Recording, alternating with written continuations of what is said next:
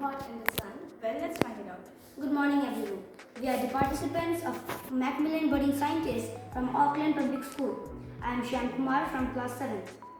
I'm Aparna Singh from class 7. And this is Kritika Prasad from class 7. And together we have created a project called the Smart Weather Responsive System. Sudden weather conditions often cause small but real problems like clothes getting wet in the sun or too much heat or humidity causing uncomfortability in our surroundings. Our aim was to make a system which could sense weather and react automatically just like a smart human.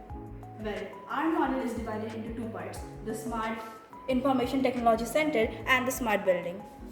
Our project has an Arduino Uno motherboard, a solar panel which charges the battery in the daytime, and we have a display which displays the results of the humidity and the temperature sensed by this DHT11 sensor. We have the rain sensor which detects if it's raining or not, and if it's raining, the message is sent to the Arduino and then it commands the servo motor to do its work.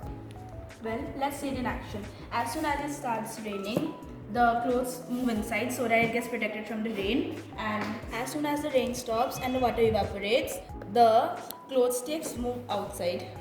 Now let's come to our ITSA system. The maximum limitation for the humidity is 50% and the minimum limitation for the humidity is 10%.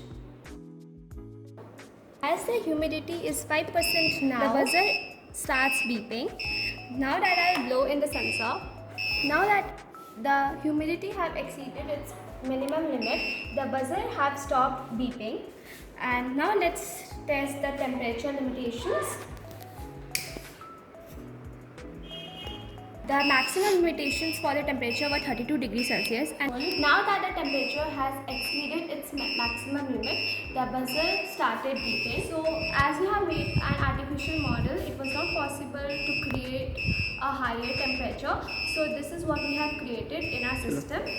This project shows how technology can make our homes safer and smarter even at ground level.